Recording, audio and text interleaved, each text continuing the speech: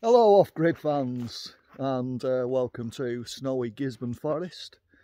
So today, while I'm stranded here, I thought I'd do a guide, Kev's guide, on surviving winter van life. So I got this truck in 2018 and I've been full-time in it since, and before that I had a Sprinter which I generally did sort of March till October in and didn't do the winter, and before that I had a T4 which I didn't do so much in because it couldn't.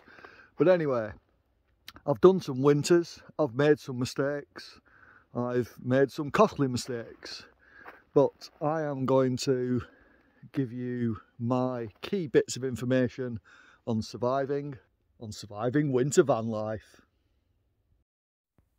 Hi, I'm Kev, trying to live off-grid in my 1995 Mercedes motorhome. 6 solar panels, over 2 kilowatts, charging this awesome self-built 12 kilowatt hour lithium pack. I'm building mountain bike trails, I'm running mountain bike events, Freya's along for the ride. I'm solar powering my life while I'm off-grid and working hard.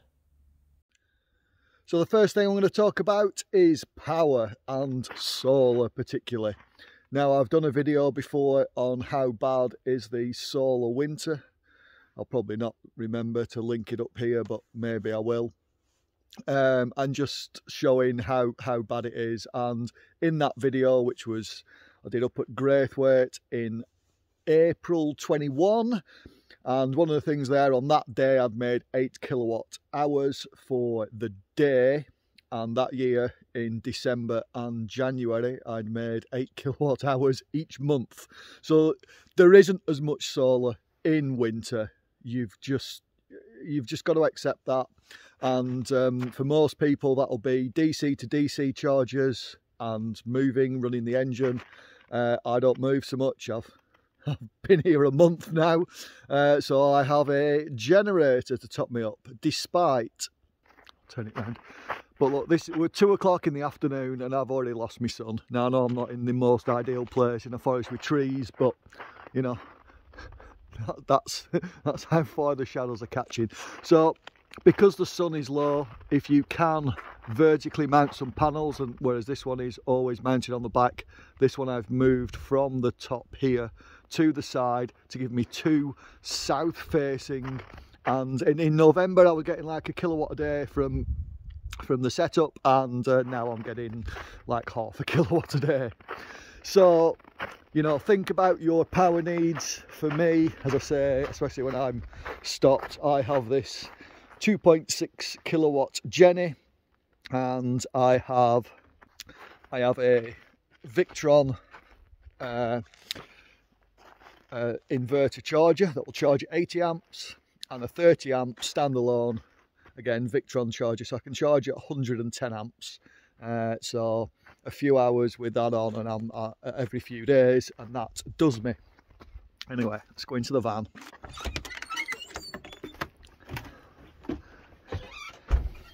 And it's very important that you have your bin as soon as you get in, so that people can see how messy you live on a video. This is absolutely vital.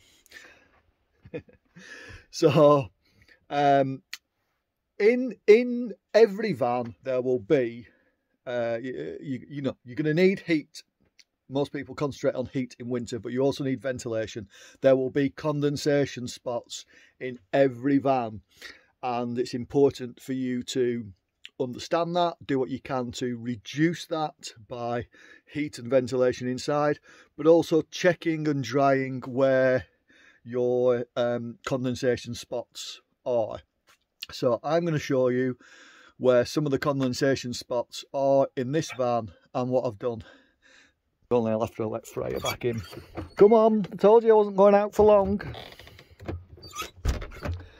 So this side of the van has the garage at the back of the kitchen, and most of that wall isn't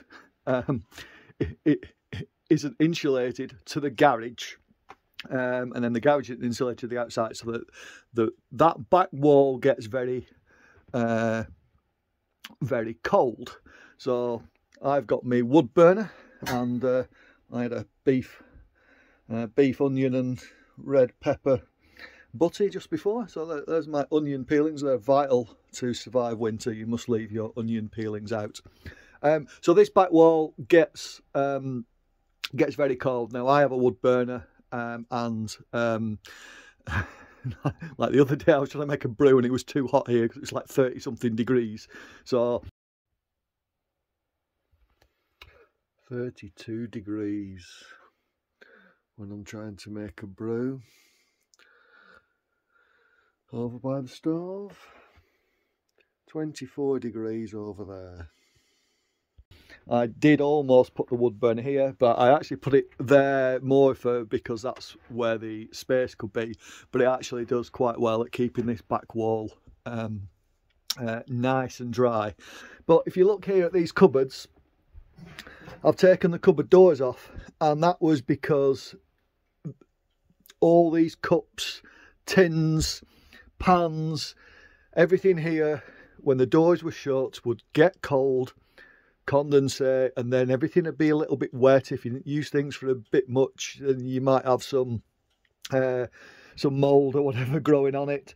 So I took the doors off, so it gives it airflow. And also behind this cupboard in the garage is my header water tank. So actually a little bit of heat loss into the garage where the water is to stop me water from freezing is also a added bonus.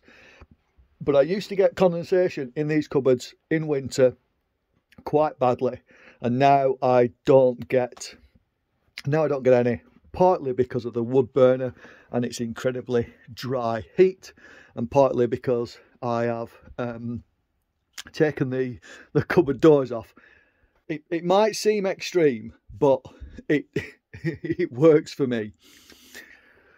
So the other place that I get a bit of condensation is at the back of this fridge. Obviously there are vents to the outside, so the fridge freezer in my instance can get rid of the heat from the back of the fridge.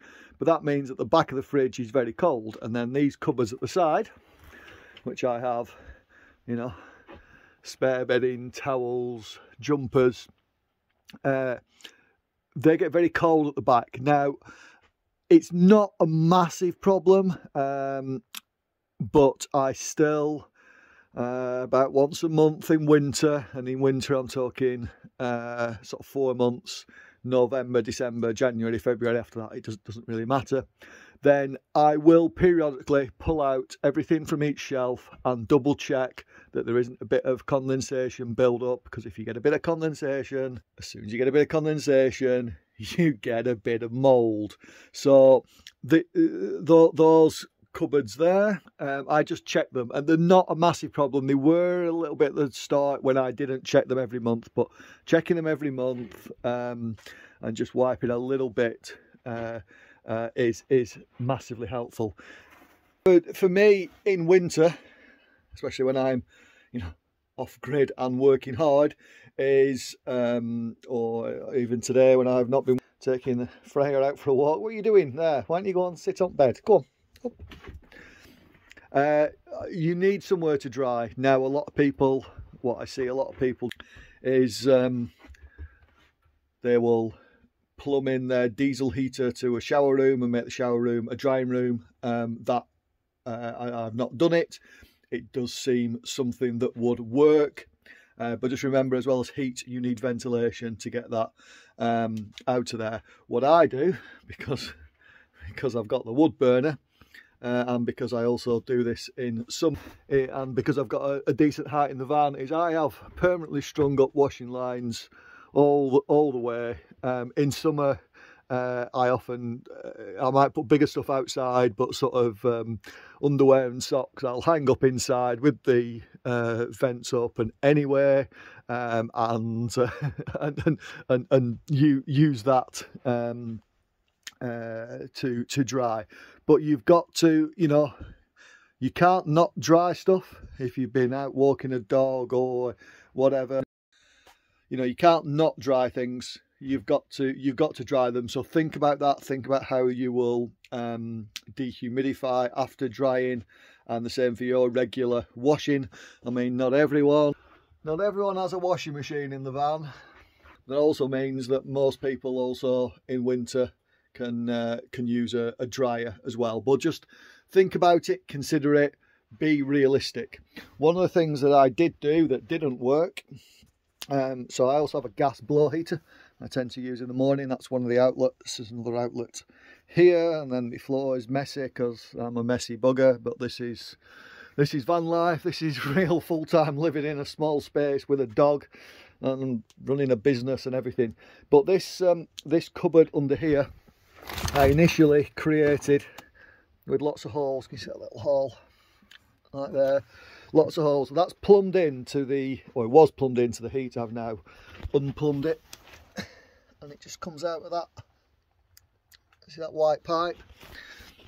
That pipe used to go underneath that. With the idea was, and it did work really well, is that I would put my shoes in there when I'd finished working, because they tend to be the things that get most wet, or been out with the dog, and then it would dry.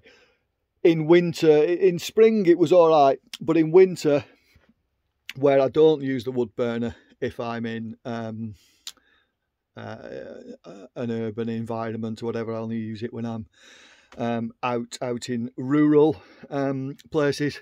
So I'll use the gas heating. What I did find is that if you left shoes in there too long, or whatever, basically they'd get overheated and dried and cracked leather boots and whatever. So it worked a bit too well, and it was a bit too big because I had to use it for storage. So I've unplugged the heat from it, and I just use it as a cupboard now. But it was something I tried, thought was a genius idea, and just wasn't. So heat, condensation, drying. Look at me at the moment. I'm 20.8, 21 degrees, 38% humidity. It's well worth getting yourself a cheap temperature and humidity meter, and then you can see if you've got too much humidity, you're gonna get condensation, you're gonna get damp. You can watch it. If it gets to above 60 in winter, then you definitely need to do something about that. So the other place that I had to tackle a lot of condensation was my bed. So let me show you that. So bed, over cab bed. Lots of people have these, and this one isn't insulated. It's a 1995 truck. They didn't bother insulating above the cab. They're like, oh well, there's mattresses on there, that'll do as the insulation. But it doesn't. Mattresses, your lead on top of them, they need to breathe. And so I've got this dry mat. I think there's also Frolly, which is more expensive and a bigger gap. The dry mat's only 10 mil height, which is why I went for the dry mat, and that just helps get ventilation under the bed. Look, if you've got the headroom, slats and a decent size ventilation gap is by far the best. You cannot beat a slotted bed for ventilation. That's why they like that in a house, because there's no height restrictions. That's what you should do. I've height restricted. There's 2 foot from the bottom of there to the top, and I've got 3 mil of insulation, then 25 mil of insulation, then a 10 mil dry mat, and then a 140 mil mattress. I'd love an actual 6-inch mattress there, but I'm already using too much height. So but initially, when I tried just with this 3 mil insulation, it wasn't enough. So I then went for Celotex, and I didn't have room to put any extra support on. So I've just got the Celotex and the dry mat and then the mattress, and that's been there 2 years now, and there's no dents in the Celotex with the dry mat over the top, which is this dry mat is a weird thing. You can sort of press it easily, but if you put your hand on a bit and push it, it doesn't move at all. It's a weird material, but it works. It does allow air through.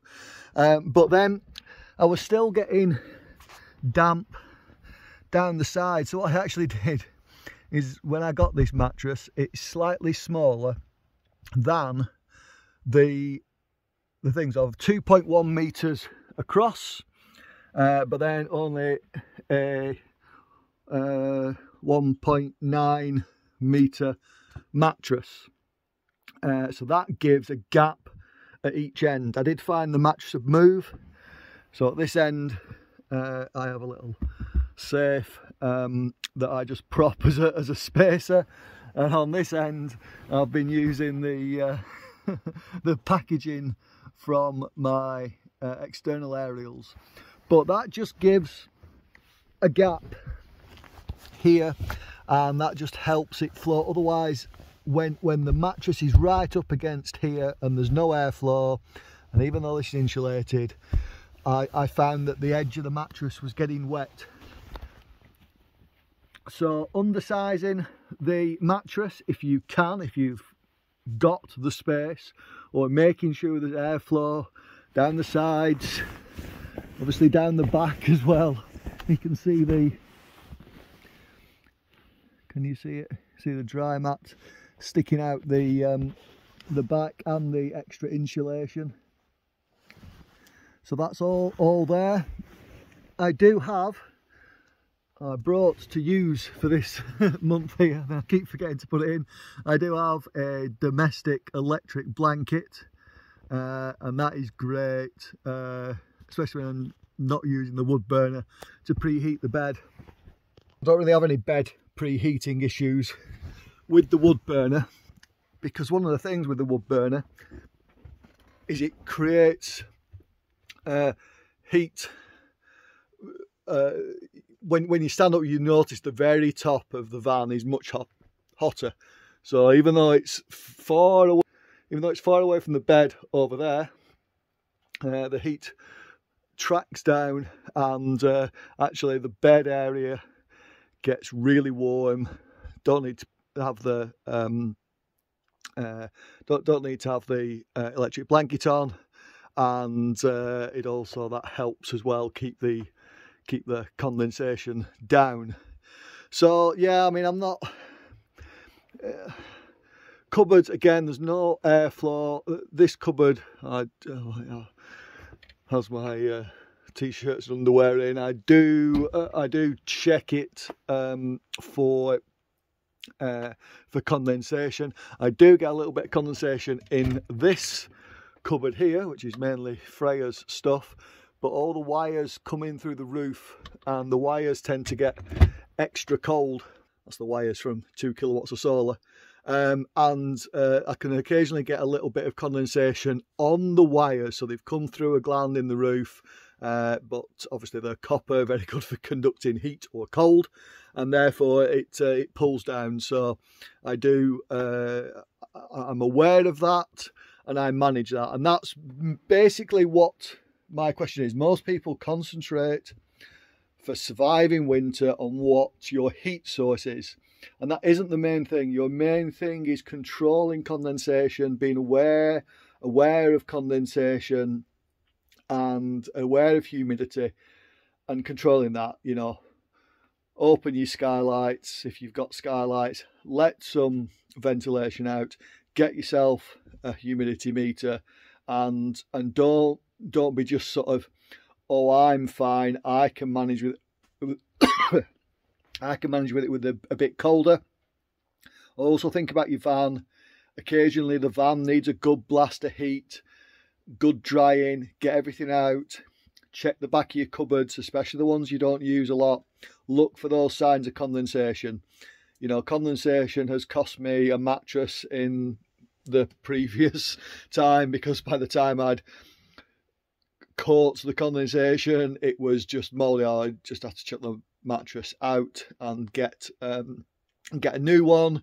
And I even saw some very experienced travellers, outliers overland, who are around the world in their truck, a nice Fuso 4x4 truck, and they come over from the States, and they spent last winter in Bulgaria, maybe somewhere like that, and that cost them a mattress because they weren't used to European winters. I mean, they're from Alaska, so they're used to the cold, but when it's that cold in Alaska, you've no humidity, so therefore you've no or you've not as much humidity because it is that cold. So they were just not used to dealing with the condensation.